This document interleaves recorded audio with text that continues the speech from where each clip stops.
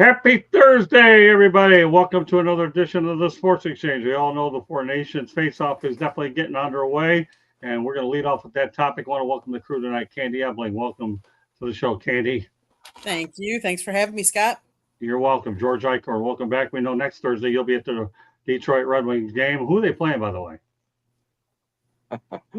I forgot to write it down. You don't even know who the heck he's covering next Thursday. Are you serious? Really?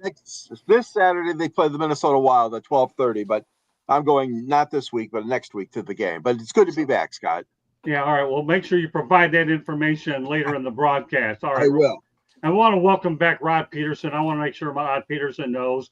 Welcome to the Sports Exchange, Rod. I had a wonderful time on your show on Friday, Valentine's Day, and we're going to get into that a little bit later in the broadcast. I guarantee you we're going to have a lot of fun with that show. You're starting to worry me. Huh? You're starting to worry me. No, it's good. Good Why to would see I you. worry you. I'm teasing you. I love that you're wearing Canada red and white tonight. Yeah, look at that. And I got it off. Yeah, and I've got it. Ron, when was the last time you got your eyes checked? This is the Red Wings, my friend. You forgot that there's a red, white, and blue on this deal. Oh, darn it. Yeah, now he's got the glasses on. Good stuff. Joshua Dorr, glad to have you in here. If there's ever a show you want to be on, this is it. I'm telling you, you're crunch time, baby. And last but not least, the barber is on the house. Ralph Williams is in the chat room. I've never been more fired up than I am on this show. And by the way, fire up is at the top of the hour or whenever we finish this show. And another thing I want to point out some special thank yous to. Number one, I have a shout out I want to mention to Coach John Bonamago. John Bonamago left the South Florida Tribune Broadcasting Network and Inside the Pigskin. But you know why? He got an assistant head coaching job, assistant special team coach job at the University of Tennessee. My goodness, man. He is using us as an opportunity to keep that football thing going until we got him a job. I'm proud of you, Coach. Can't wait to see you.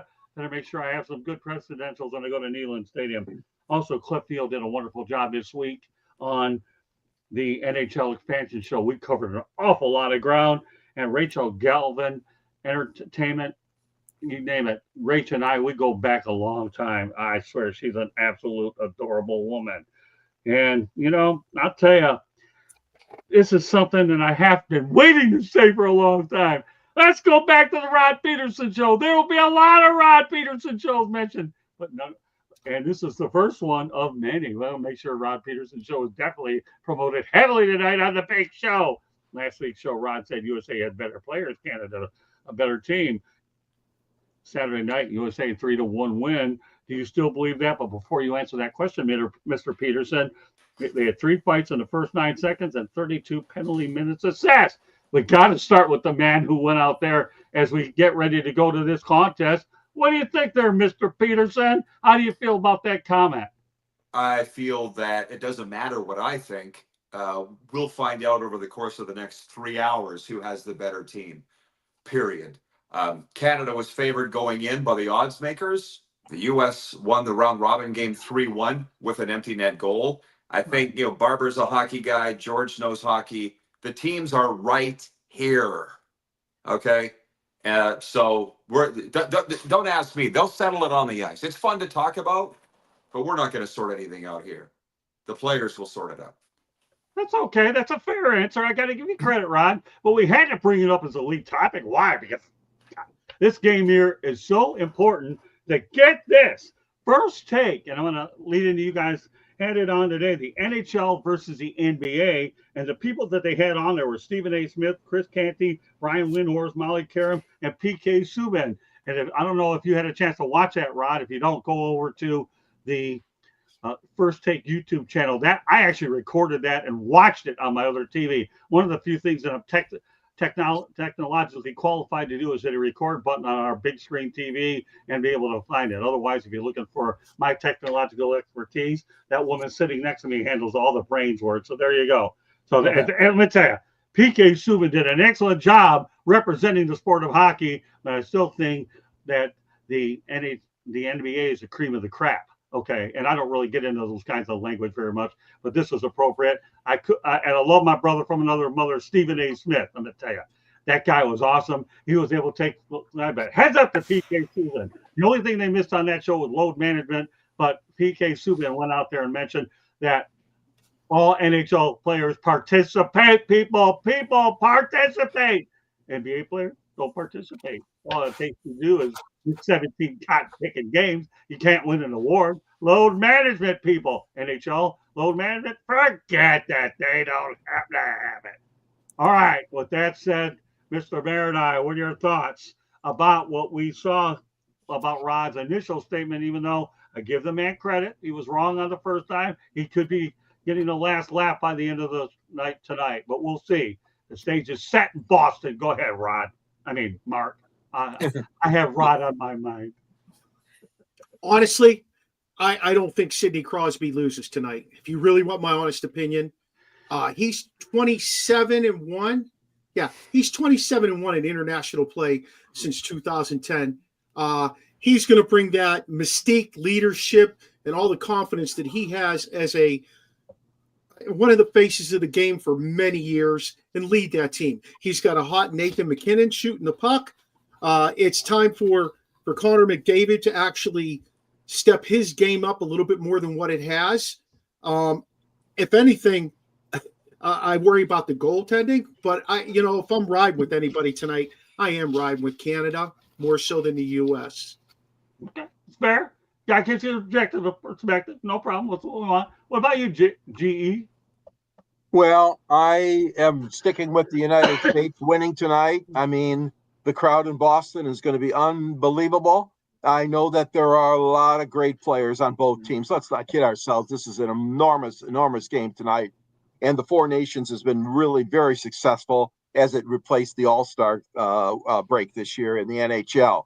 That being said, it's going to be a hell of a game. And all those fights that you mentioned, Scott and Rod, in that first game, or the last meeting, oh my gosh. That was just through the roof. Some of those grudge matches we'll talk about later. But anyways, that was a good start to this rivalry, and it's going to continue tonight. But I'm going to go down and say that the U.S. is going to come away with a victory tonight. Candy. I'm gonna put Joshua's comment up here because I kind of do agree. These two teams are they're both gonna battle hard. The better goalie will win the game.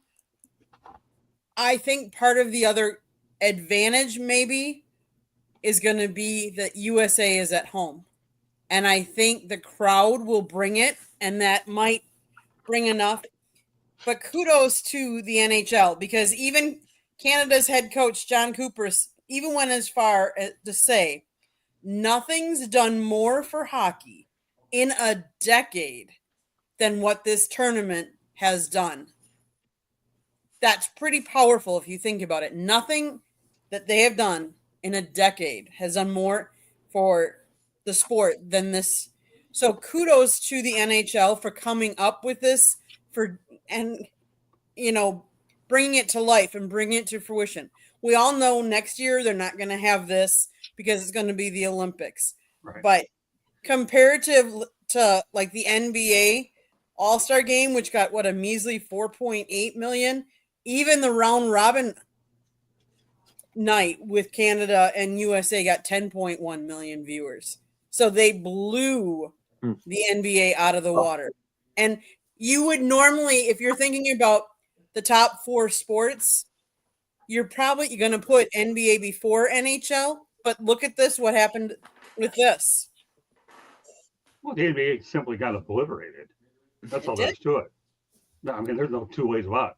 The NHL has always tinkered with their format, but they've done it with a great way of doing it with their international type of participation, whether it's the Olympics, the Canada Cup, and the World Cup. You name all the tournaments, they get it right.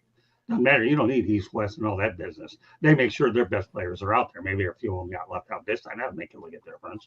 I think the one thing that Rod and I talked about on his show, which was really awesome, it really was, is that we talked about the national anthem. And the thing he was asking me on point, which is really a good question. I'm glad you brought it up, Rod. And that's about this. The U.S. took the high road by not booing the daylights out of Canada when they were in town. Unfortunately, Montreal didn't quite do that. I get it. I understand that. Is it acceptable?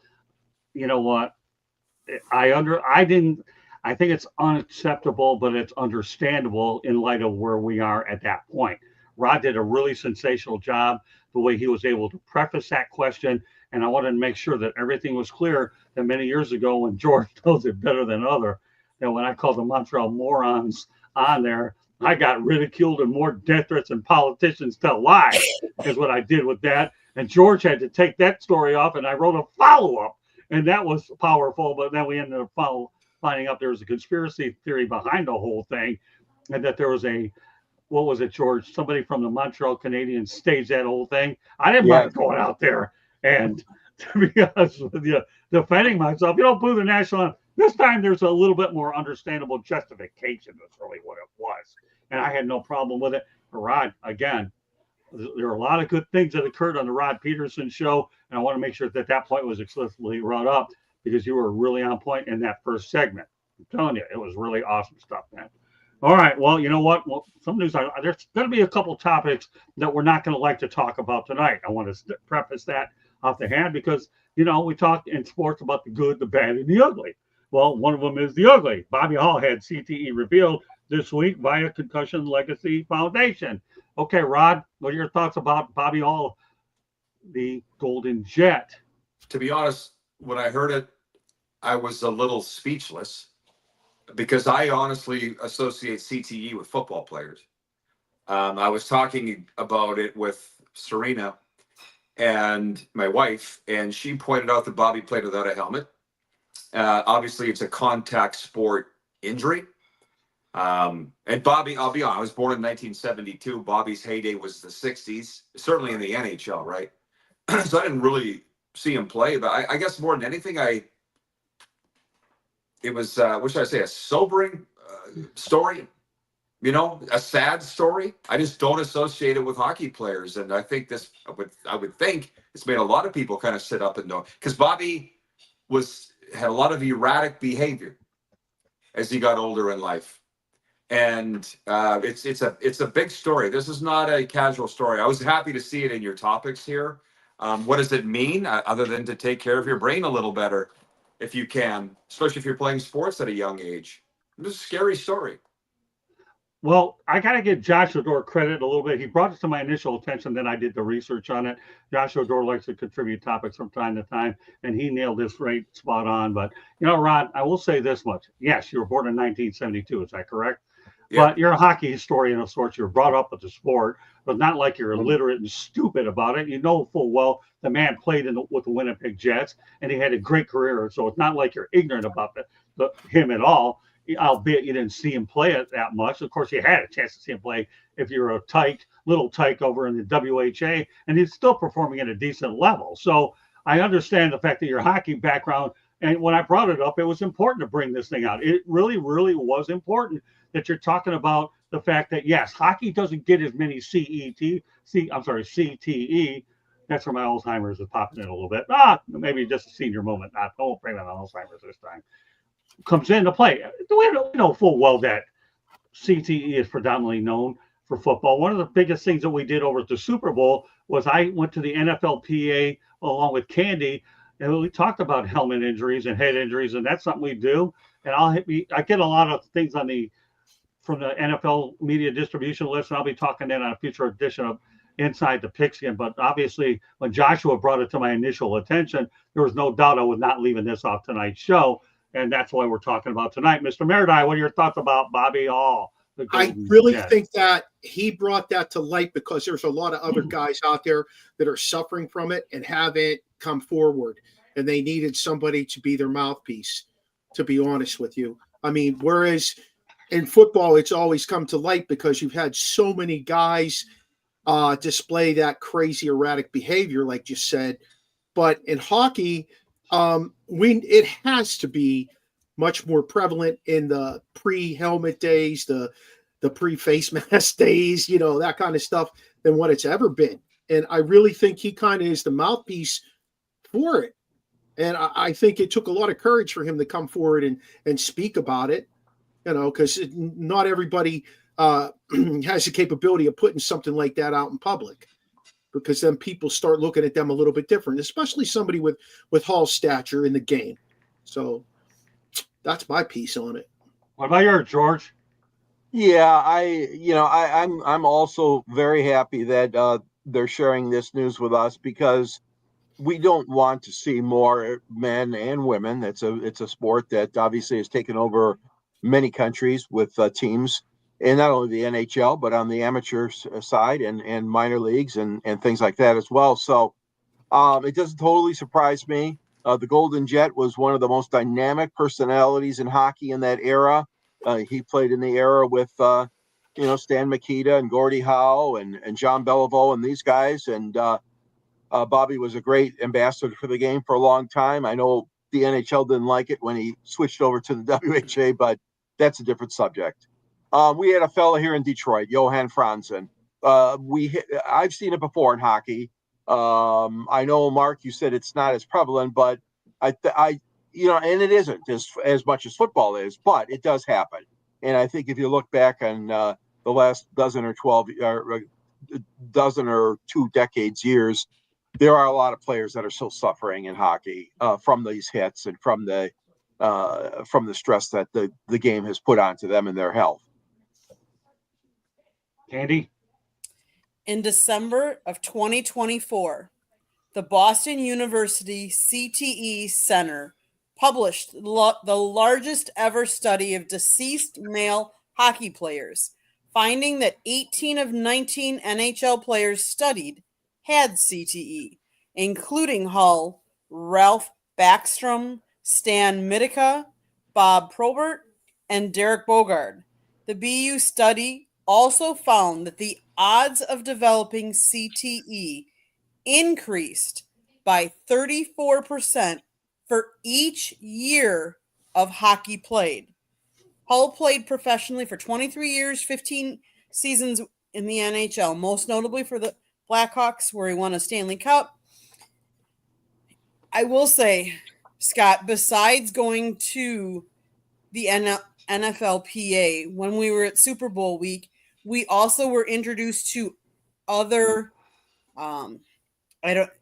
he was a doctor, he's done research, and he's come up with a mouth guard that helps diffuse the hits from vibrating up into the head and brings the vibrations down, so you're less likely to have some of that concussions. And then we saw somebody else that is doing helmets and stuff like that. But I would be watching because I would the guy that wants to talk about the mouth guards, he's going to be coming up on a future episode of one of our shows. So we'll go into that more when we talk to him. But yes, it's definitely something that's on top of mind. And this only proves that it's not just football players. Well, I'm glad Joshua Dorr brought it up. I'm glad we made it a very intricate part of our show. All right, next.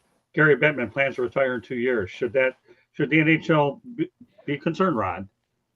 Well, no. And to be honest, somebody wrote into my show with that report a couple of weeks ago that Gary Bettman was going to retire in 2 years. But last week, when this Four Nations face-off opened, they had a news conference with Bettman, and he said he has no plans to retire. Okay, so good. I don't know where that came from. He said, I think he's 70 this year, turned 70 this year. And he said, as long as he has the energy to continue to do this job, he wants to do it. He lives in Boca. He's actually at a lot of Panthers games. He's a legitimate hockey fan, and he's getting, I feel, rightfully so, all the credit for this Four Nations face-off. For when John Cooper said it's the best thing that's happened to hockey in a decade, Bettman's getting the kudos. There are people saying, no, it wasn't him. I don't know. He's the commissioner. Let's give the guy his due. This has been the best thing to happen in hockey in at least a decade. And the NHL can do no wrong to me. In my mind, I love Gary Bettman. So I hope he does stick around for a long time. Well, news to me. He lives in Boca Raton. Pretty cool stuff. I'm trying to remember. Was it John Ziegler was the guy he replaced? Yes. And that league was a mess when Gary inherited it. Yeah. So I got to give Gary credit. I mean, you talk about the fact that NHL couldn't buy a national television contract, and Gary Bettman, because of his involvement with the NBA and David Stern, fixed that quick. I know they had to initially pay for their television rights, but then ultimately the product on the ice enabled them to get paid instead of having to pay in. Good news here. We won't be spending a lot of time on. Thanks to Rod Peterson. We have other topics I want to get to, but we want to make sure we get this out as well. All right, Mark, what are your thoughts about Gary Bettman? Well, I actually don't mind Bettman either, but I think he needs to do a little bit better. I think the NHL in general needs to do a little bit better job of marketing the game. I feel like it's the best game out there. I honestly do. It's a very physical, very fast game.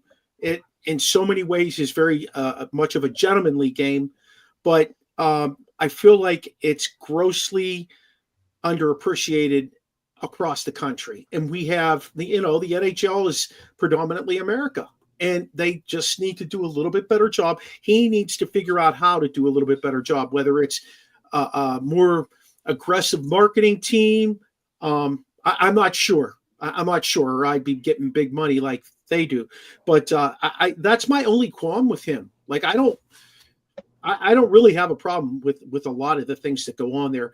I do think that the officiating has been better this year than what it had been. There's been less guys needed to be suspended for doing some off the wall stuff. So, that speaks volumes too for the direction the game is going. He's taking fighting a lot out of the game a lot. Yes, there is here and there, but I see more fights when I go to a Hershey Bears game than I see in 2 weeks watching NHL games. So, I support the fact that he's going to stick around. I think it's a good thing for the game. George? Well, Gary Bettman will always be remembered in Detroit as the guy that they like to boo. As you know, the Red Wings won 4 Stanley Cups with Mike Ilitch as their owner. And every time Bettman was presenting the cup to the Red Wings, the fans just laid into him. That doesn't mean much, but it is a little sidebar I wanted to throw out there. I think Gary's done a good job, though. I mean, fans, if you're rooting for your team and that, and you see something or blame the officials for calls or lack of calls. But I mean, this man has done innovative things. He has. I'm talking about 110,000 people in Ann Arbor on a shivery day, on New Year's Day, Toronto and Detroit. Talk about the Four Nations Cup, and other things that he's done. So I'm not a huge fan of him, but I think he's done a very good job. And like you said, Scott, I'm glad you brought that up. He tutored under the great David Stern from the NBA. And I really think that Bettman is going to go out on his own, whether it's 2 years or whether it's more than 2 years. But I give him a B+. He's done a really good job. All right, Candy.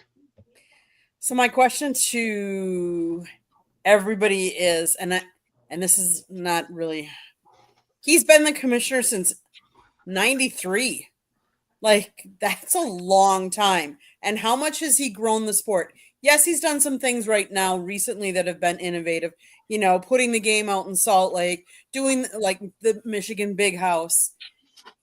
But I also, like, when I'm looking at him and what he's done for his sport, and let's face it, my favorite sport is NFL. And I look at what Roger Goodell and what they have done with their sport and how they've taken it not just up to Canada, but they've taken it overseas, Brazil, Germany, London. Like, they really have expanded. And has the NHL done that? Yes. They're getting more, but how much have they done it? And have, like you said, the barber, have they really marketed it enough to get more people to watch? Now, I know I live down here in South Florida. It's warm. People don't necessarily think about hockey. And the Panthers have, for a long time before this, were not good. And they didn't draw people. But what can we do better to make it more of a sport? When I lived in Wisconsin, it was more of a sport. The Wisconsin Badgers have a really great hockey team. And I remember going to the Frozen Four and being excited for some of those things. But I don't see the marketing of it as much as I see like the NFL. Can I jump in here? Of Yeah, course. go ahead. I think you need to look at beyond, and this is me saying after I'm talking about marketing the NHL, I think you need to look across the country and how much youth hockey is taking a giant step. And in terms of the draft, look at how many young American kids are being drafted now, being drafted high in the game, because the game is really caught on in America from that perspective.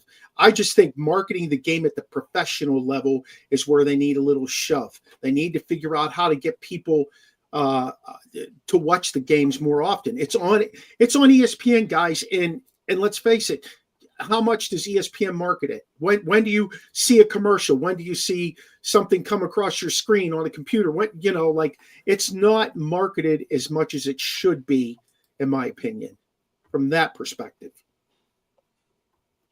Can I add one thing, Scott? Yeah, by all means. And Candy, you are the queen of stats and looking things up, so please don't take this personally. But since 1997, the NHL has staged 46 regular season games at venues outside of North America. And I know, like you said, it may not be having the impact that does the NFL, but he has tried to get the game out in the Europe and elsewhere. Okay. To add to that, look at the salary cap, how much it's going to increase in the next 3 years. All right. The salary cap of the NHL is supposed to be $113 million in the next 3 years. That's a huge growth for them because they've really been stagnant. 1.5, 2 million for the last few years. And now they're going to make a giant jump over a 3-year period of time. That really helps the game too. Well, I've always thought that the NHL players were grossly underpaid. I really do, especially compared to the NBA players. And today, when I watched them First Take, I already knew it.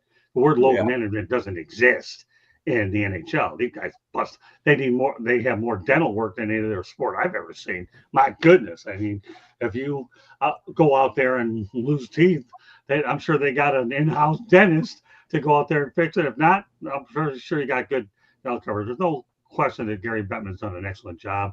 And it's encouraging that Rod said that obviously he's got enough energy, he'll continue to do so.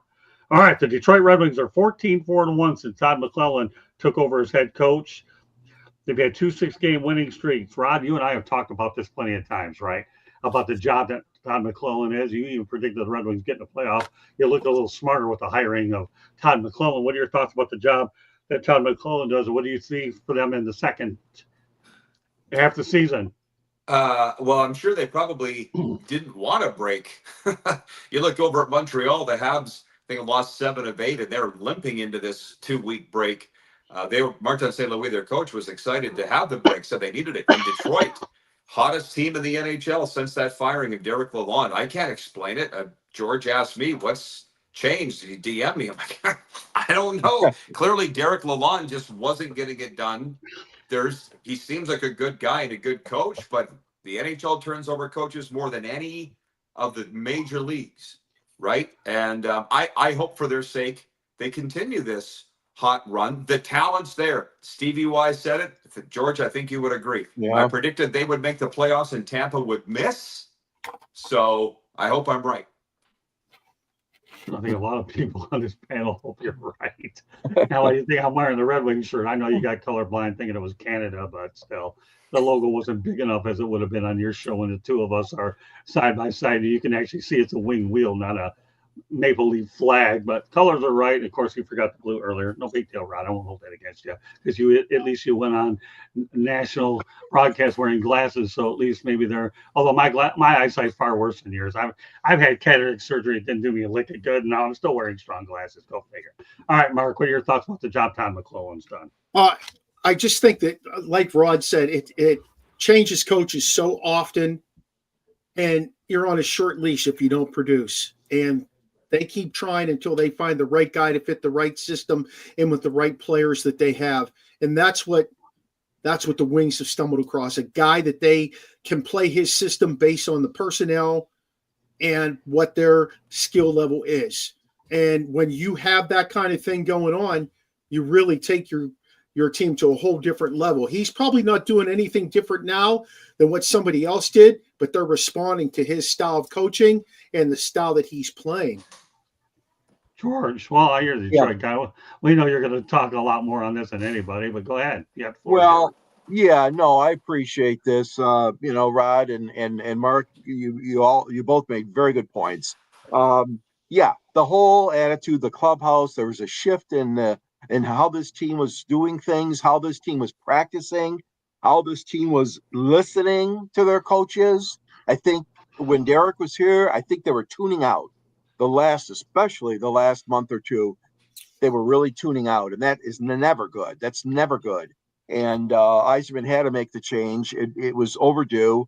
And it's like, Todd was here. Okay, Todd was with the Red Wings when Mike Babcock was head coach. He was here for a few seasons. So he wasn't very far away. Okay, so even though you say he came in brand new, I mean he still had his memories of the Red Wings, of course, playing downtown in the old Joe Louis Arena.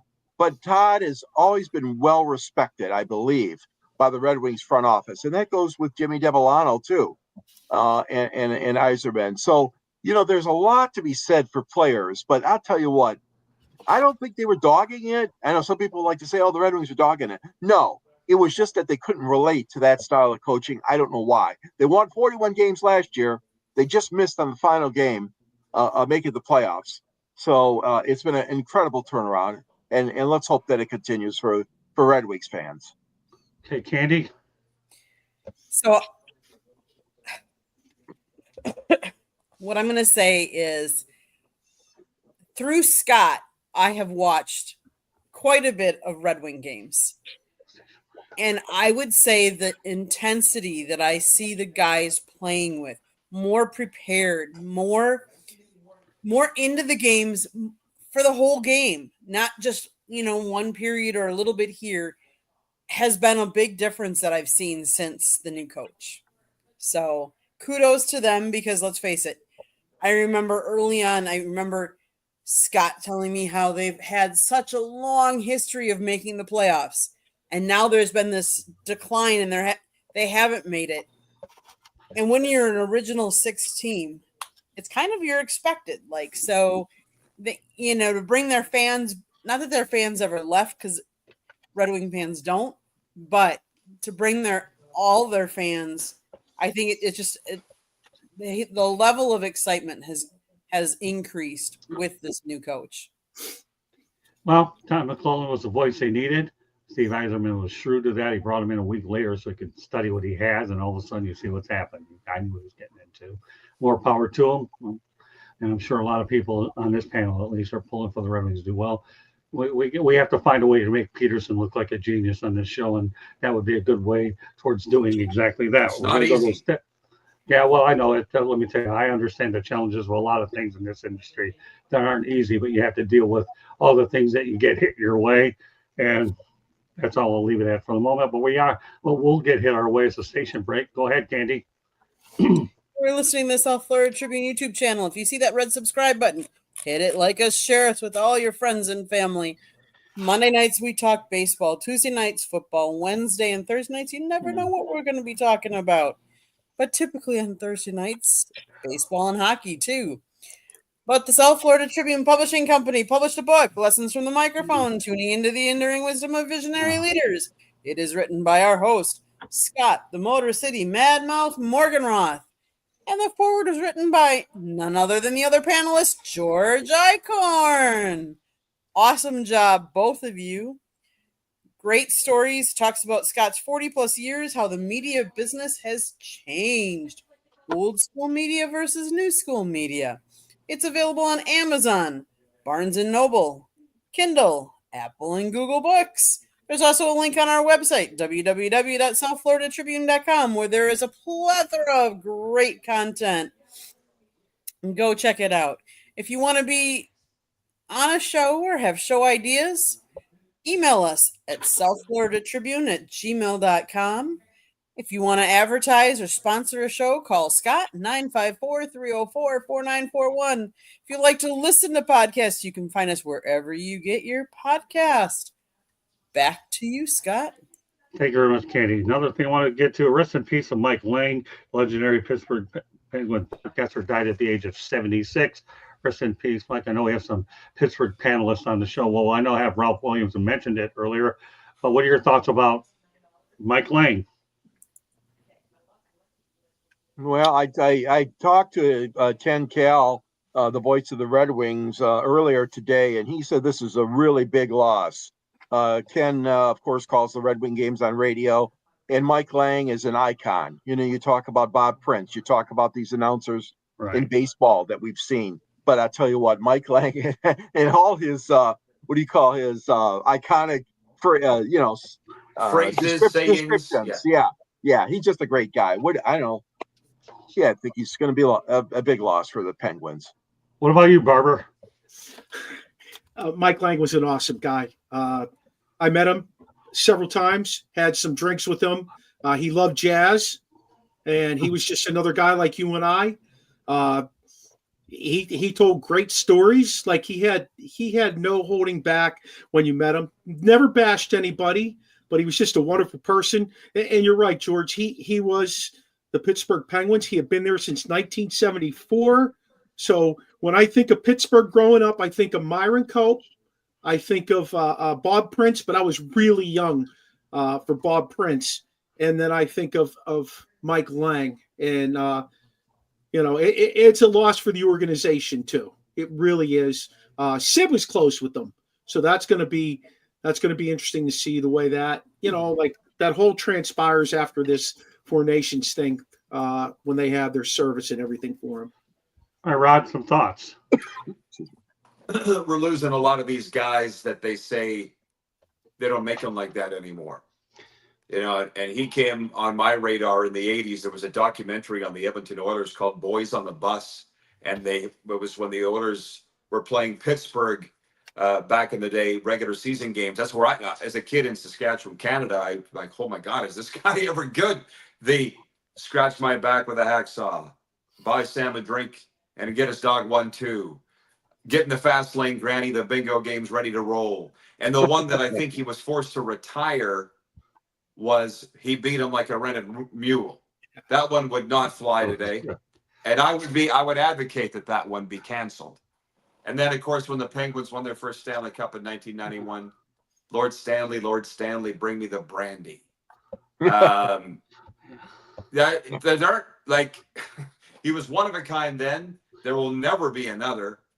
And for whatever reason, I don't know why, but there isn't one announcer in the NHL, and I can't think of any league that does what Mike Lange did. Like, he was the first broadcaster to have those zany sayings. He kind of, I've called thousands of hockey and football games, and we all were trying to find that catchphrase, that memorable thing. Mike was the first guy to do that. Yeah, that I can think of, in hockey. If you can think of some, throw them up, but I can't. All right, you know what? I got to transition over to Candy. Obviously, you have the Milwaukee Admirals there. I won't really ask you to come on an individual that you don't know about, but I'm going to give you your opening to talk about Bob Uecker, because if anybody knows about a hometown broadcaster, you definitely do, Candy. I was going to say, the way I would relate it to is Milwaukee losing Bob Uecker, who has been calling Brewer games for forever. I was glad to see the way that they're honoring him this year. If you catch any of the spring training games, his signature is ingrained in the field. And then on the patches, all of the Brewers are going to be wearing patches for the whole season that have Bob Uecker on them. So he was iconic. He had his phrases too, just like, Mike Lange did for hockey, I'm sure. But it's sad to see some of these icons. Unfortunately, they're passing. I mean, we're all getting older, but you don't see longevity in the field like you used to. So, all I'll say about the topic is this: I don't know much about Mike Lange. I really never followed the Penguins at all, but I can make this reference. Ernie Harwell was an uncle to me. George knows how close Ernie and I were. Ken Cal is a great friend of mine. And Bruce Martin was a guy I idolized, because if I ever wanted to call hockey, Bruce Martin was a guy that I would pattern myself around. That never came to fruition, but rest in peace, Aunt Tina Kaplan, because I used to call a lot of Red Wing games over in her home in Detroit. And it was unbelievable how I gravitated to the Detroit Red Wings, and Bruce Martin was my guy. And I actually had a chance to meet him at the Joe Louis Arena. So I empathize with all you Pittsburgh people. I really totally do. Rest in peace. Lost a good person there. But everybody in every market, without a doubt, will be able to relate to what you're dealing with here. So as we wrap up to our final topic, but this is a very loaded one. we're going to go back to the Rod Peterson show on Valentine's Day. One of the bigger topics that we talked about was Aaron Rodgers to the Pittsburgh Steelers. Rod and I had a lot of fun with this one, didn't we, Rodney? He tried every way on the planet, I swear, to give me a reason why I think Rodgers would be a good fit. And like any seasoned broadcaster like this guy is, he's been around for a while, not as long as me, okay, because he admitted on 72, 62. I'm not good at math. 10 years, Mr. Peterson. Don't forget it. And I want to remind you that we are on the Sports Exchange, not the Rod Peterson show. Good stuff, because I was reminded that a lot, that show. Good stuff. Awesome, Rod. Unbelievable. I still believe, though, that Aaron Rodgers should go to Pittsburgh, and they mentioned that on First Take today. They have different opinions on that. But one thing I should mention, though, on February 14th, we're not even talking about Aaron Rodgers. I just want to make reference to the show, because that was one of my good memories on that particular show. It's on that day, though, February 14th, you also had a tragedy in 2018 with the tragedy in Parkland, Florida, for Marjorie Stoneman Douglas, where you had 17 people that were killed and 17 that were injured. Candy and I went out there and attended a funeral of Aaron Feist, the coach, and it was a depressing situation if I ever saw one. It was awful. I was singing at KFC, and when all the first responders went by, it was just unbelievable. And I didn't mention it to you, Rod, because obviously I didn't know that the show was at that time not in Canada until you mentioned it. And we had too many other important topics that we definitely wanted to get to. And that was an important thing. But I want to make sure that I always pay my respects to those people that died from Marjorie Stoneman Douglas, because that was the largest mass shooting ever in American high school history. So rest in peace. And incidentally, you know, a story, can you believe this? I found this out today, that the KFC headquarters that were in Louisville, Kentucky, are going to be moved to Plano, Texas, the home of Yum Brands. So the KFC corporate headquarters is going to be in Plano, Texas. Get this. And that's, by the way, Pizza Hut is located in, what do we have for dinner tonight, Candy? We had pizza. Unbelievable. All right. Well, Rod, unfortunately, I said there's a lot of good things and there's a lot of bad things, and there's some ugly things. But I do want to mention one thing that Rod wondered about, what my job description was here at the South Florida Tribune. So in order to make sure that we set the record straight, that Mr. Peterson knows about this here, so that he never, ever forgets this again, because I'm going to make sure when and if the time ever it comes up again, I want to let him know that I brought in the media distribution partners. Okay, Rod, and this is something that you should definitely make sure that we tattoo, because I think tattoos are the big thing on your arm. You probably have a big enough arm you can do that. That he brought in media distribution partners of the South Florida Tribune. Just want to make sure you know, Mr. Peterson. He built the broadcasting network from scratch. All 12, 9, 10, 12 shows are growing. I can't keep track of them. My math sucks. Oh, I know one thing about my math is Canada 1-0 over the United States. We have 9:24 left in the first period. Okay, but all right, so recap. Brought in media distribution partners, built the broadcasting network. I'm a writer, Rod. Okay, just so you know, I do write. I do have that, stuff, And I handle social media.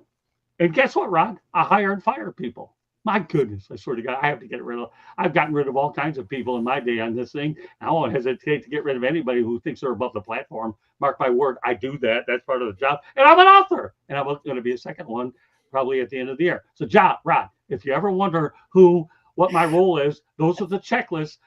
I think the one thing we have is a grocery store. I don't know, which one do you shop at, Rod? Do you go ahead and shop at Publix, or which one do you shop? Everybody. Publix. Oh yeah, yes. There you go. Publix woman. So here's your grocery list of the South Florida Tribune. Okay, about what my job description is. And you know what's so fun about that cotton picking show is I did 2 Super Bowl reports previous week. Awesome stuff, man. You got 2 live Super Bowl reports from New Orleans, and it came on your show on short notice. My goodness. Okay, you're right. Okay, Rod. We are the most viewed show on Twitter, but we have a little bit of work to do on Instagram, Facebook, and on YouTube. There's work in progress. I don't believe that complacency, Rod, is really what we have to do. But the one thing I can tell you, Rod, that is in my book, okay, and we're going to get to that, but there's one major mistake that you made on that show, Rod. Play on the tape, Candy. By the way, the Motor City Mad Mouse Scott Morganroth with us. Scott and I both have big personalities. We collide. But the thing is, we make beautiful music together. That's why people are loving this show. They love it. The most viewed show, Scott, you told me this morning on the South Florida Tribune Broadcasting Network, is the ones that you and I do together. So let's be honest about it. People love us together, although sometimes I want to wring his neck. By the way, Brian in Hudson's Bay, Saskatchewan writes in. He says, I love the big wheel on the Mad Mouth shirt. Love me some Red Wings. Lifelong fan here.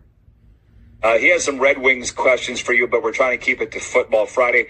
And I see everybody is lighting up the Game Plus TV social media channels, ringing their phone off the hook that we're not on the television in Canada today. U.S. only on Game Plus TV today. Rennie from the Game Plus control room writes on and says, we still have Spanish League basketball today, live at 12:30 and 3:30. You are back on Game Plus Canada on Tuesday, unless you have a show Monday, which we don't, because it's President's Day. Bingo! And don't bring me back to Donald Trump again. President's Day in the U.S. and Family Day in Canada. No, there will be no show on Monday. Listen, I could ask you the Red Wings question, but I told you I would ask you about baseball, Scott. So let me just back this up a little bit. Everybody's excited here, as you can tell. You live here with me. Not together, folks, but in the same area. Vladimir Guerrero Jr.'s negotiating window on a long-term contract extension with the Blue Jays is closing as Toronto opens its spring training in Dunedin, Florida. General Manager Ross Atkins said at the start of today's camp that, quote, desire is strong to keep Vladdy in Toronto, but the star first baseman, who can become a free agent after the season, has said he will negotiate until Tuesday before focusing on baseball for the season. Tell our viewers, I guess we're not on in Canada, but on YouTube we are. The Blue Jays are relevant in Canada, and that's about it. Why would they be relevant? Every major U.S. market has their own team. Where's your baseball focus right now? Scott, Marlins, Tigers, or somewhere else? Well, Rod, I really think you're the nicest guy on the planet. Because you say sometimes you'd like to wring my neck. I can tell you right now, all the time I'd like to wring your neck, so don't feel too bad. All right, Rod, let me explain something to you, my friend, okay? Because I hope that we're friends after this broadcast. There's certain things that you do on the air, okay? Phrases like wringing a person's neck, really what it does is provoke violence on the air, Rod. It does. It's what it does. You got to get a sense of humor. You got to get a sense of humor, Scott. Yeah, no, well, let me finish, Rod, okay? Because let me remind you, you're on the Sports Exchange, not the Rod Peterson Show. I'm calling the shots. So please take what I have to say to heart, okay? Sense of humor is one thing. I have a sense of perspective. I've been in this business a long time. I wrote a book on it, and I'm writing a second one. I don't find that funny, Rod. I really don't. In fact, you know what, Rod? I find it in my mind, I'm telling you to your face in front of a few people, I find it disrespectful. Keep in mind, okay, I'm giving you my point of view on this network, okay? Absolutely. I find it disrespectful. I find it disrespectful in ways that, number one, I brought you on here. I want to make sure that you had an opportunity to be able to bring you on, give you a fresh start, and build your brand here, and I want to do it as a partnership with you. But that's a one comment that I don't appreciate. I find you don't do it on a live broadcast, Rod. And I mentioned a lot of those things in my book that you haven't finished yet. Let me point out some things in my book that you haven't finished yet, and I'll let George and the rest of the crew comment. Al Campanis, once upon a time, made a comment to Ted Koppel about racism, and he was gone from the Dodgers in 41 years. After 41 years, that stinks. One trip up on the air, Rod, he was done. If that wasn't good enough, let's go back to Latrell Sprewell, who, by the way, I love your thing, wringing neck, did the same thing to TJ Carlissimo of the San Antonio Spurs. Latrell Sprewell was banished from the league, and PJ Carlissimo, Rod, ended up doing fine as an assistant coach with Greg Popovich, and he went out there and did well after that, and it was a sensational broadcaster. And I'm going to tell you one thing. When Pearl Harbor laid the initial attack on the United States, what the United States do against them later on? They hit them with the atomic bomb. The bottom line is, Rod, I can tell you the thing that's very important to me, and people have, when they're on a live broadcast, have to understand that you have to think before you speak, and you have to understand that words are a powerful message. And that particular sequence, I've done a lot of good things here to promote everything good about your show. I enjoyed being on it. I want to emphasize I came on as a substitute on short notice. I didn't have to go on that day. I'm exhausted. I did a lot of work at the Super Bowl, and I was glad to do it for a friend. I'd do anything for a friend. But, Rod, I will tell you right now, on any show I ever come on, you will never, ever disrespect me again. Period. Understood? I just want to make sure you understand. We've done a lot of good things together, but that was the one moment that I was absolutely furious about with you. And I'll tell you another thing, Rod, going forward. If you ever want to appear on the Sports Exchange again, ever, then my advice to you is finish the book, Lessons from the Microphone, because there's a lot of things you can learn from it that will enable you to subsequent making these types of mistakes.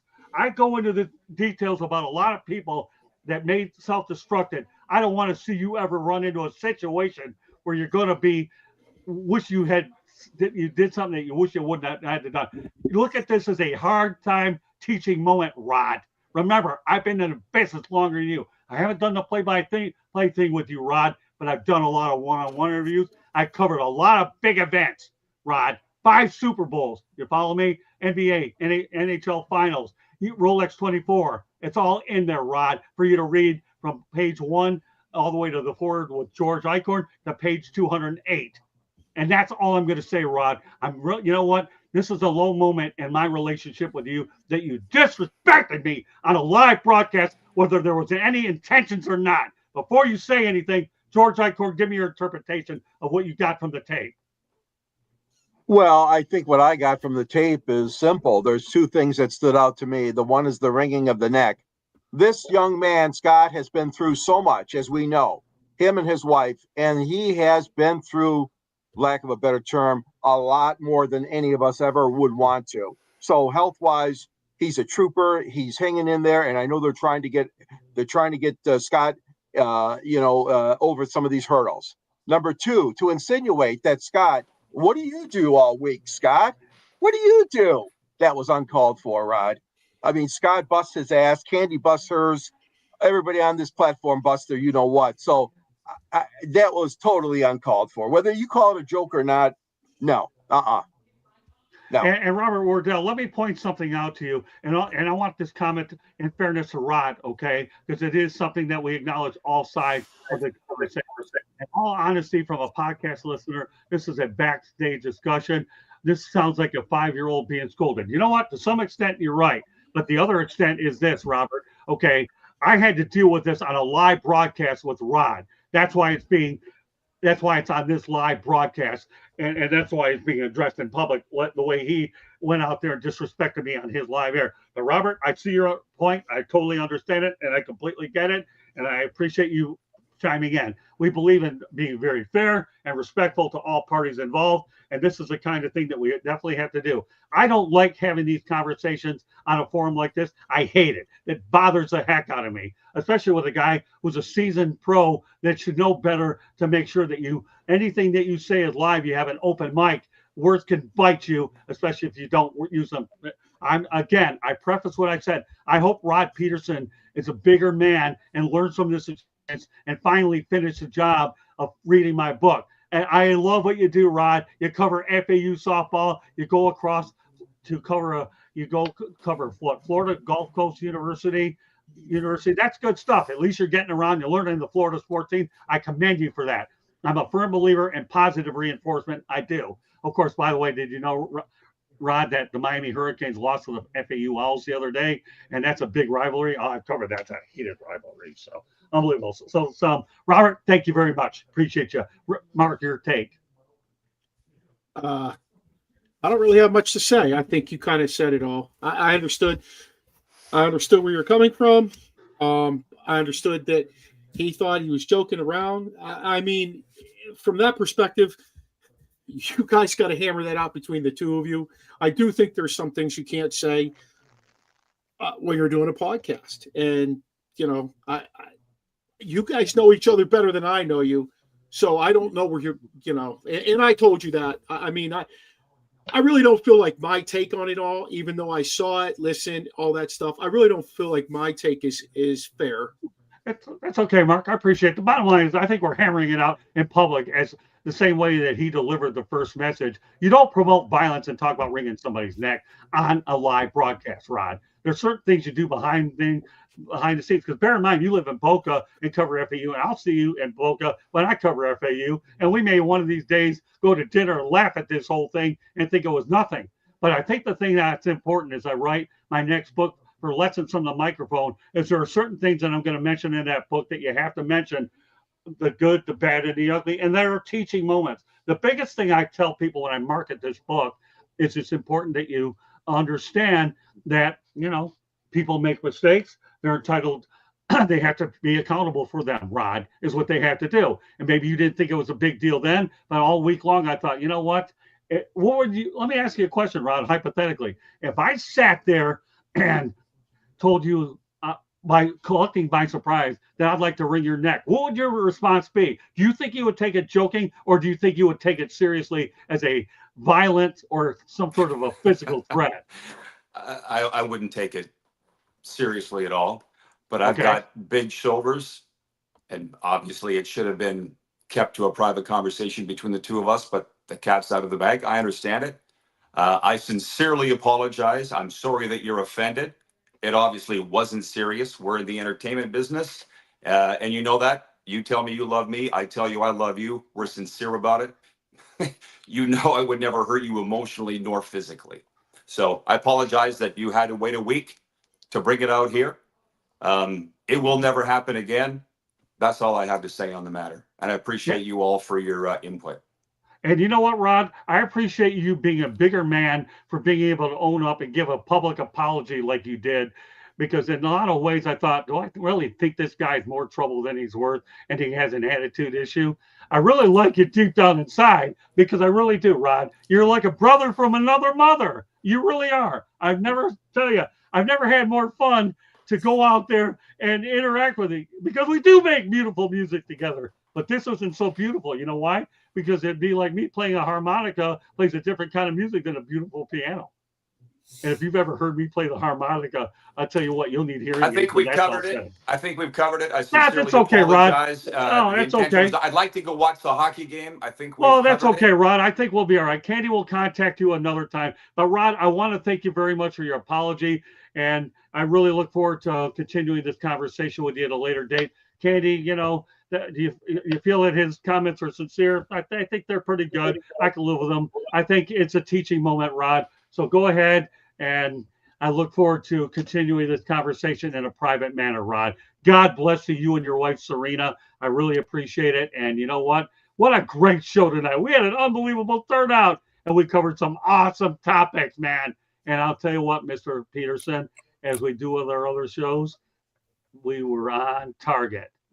And we did with every topic that we had on tonight. So meanwhile, Fire Up is coming up after this show. One more station break before we let you go, Rod. All right, Candy, go ahead, put the book up, and then Rod can go out there, and maybe he'll have bragging rights about Canada beating the United States. Go ahead, Candy. South Florida Tribune Publishing Company published a book, Lessons from the Microphone, Tuning into the Enduring Wisdom of Visionary Leaders. It is written by our host, Scott, the Motor City Madmouth Morganroth, and the foreword is written by George Eichhorn. It is available on Amazon, Barnes & Noble, Google, Kindle, Apple Books. You can also find a link on our website, www.southfloridatribune.com, where there is also a link to our merchandise store and a plethora of great content. Go check it out. If you want to listen to our podcast, oh, sorry, USA just scored, so it's tied. Sorry for all of you people. No, they're okay. It threw me off my game, though. If you would like to listen to podcasts, you can find us wherever you get your podcasts. Monday nights, we talk baseball. Tuesday nights, football. Wednesday and Thursday nights, you never know what we're going to be talking about on Sports Exchange and Fire Up as well. Fire Up will be following this, so it's a great show. You got to stay tuned to find out what we're going to be talking about. Let me think. If you want to advertise or sponsor a show, call Scott 954-304-4941. If you want to be a guest or have show ideas, you can always email us at southfloridatribune@gmail.com. If you missed any of that, it's been scrolling on the bottom. Or if you're listening to us on the audio version, rewind and catch it all again. Okay, back to you. All right, on behalf of Candy Ebling, George Eichhorn, Rod, appreciate your time giving up an hour of the Four Nations Face-Off. Appreciate you coming on tonight. You're going to let everybody tell how they can get a hold of you. And yes, we're going to let everybody know how they get a hold of you. Rod, let everybody know how they get a hold of you. At Rod Peterson, bottom of the screen. all social Okay. media platforms. Okay, the barber, go ahead real quick. And you can find me at OSP with M&M, or you can find me at Original Sports Podcast, all social media, on YouTube. Our show is on Tuesdays and Thursdays now. We have Terrible Talk, all Pittsburgh Steelers stuff. And you can find us on Roku on Tuesday nights and Sunday nights, 6 to 7 on Sunday nights. Okay, George Eichhorn. Yeah, you can find me on the South Florida Tribune. I write under the Motor City tab there. And at the end of my column is a link to purchase my book, which is Detroit Sports Broadcasters on the Air. And also you can find me on various shows, the platform here. Enjoy all the fun that we have. All right. Well, once again, on behalf of Candy Ebling, George Eichhorn, Rob Peterson, and the barber. One last Chicks podcast Tuesday night, 7:30. Three Chicks in a Pod, or Chicks and Salsa. It's Chicks Talking Sports. Check us out as well. Great stuff. Appreciate all the comments. Ralph Williams, Robert Wardell, and everybody, Joshua Dorr, everybody contributed. All your comments were tremendously appreciated. Fire Up is next. Thank you very much, everybody. Have a great rest of the night. God bless to all. Enjoy the rest of Four Nations.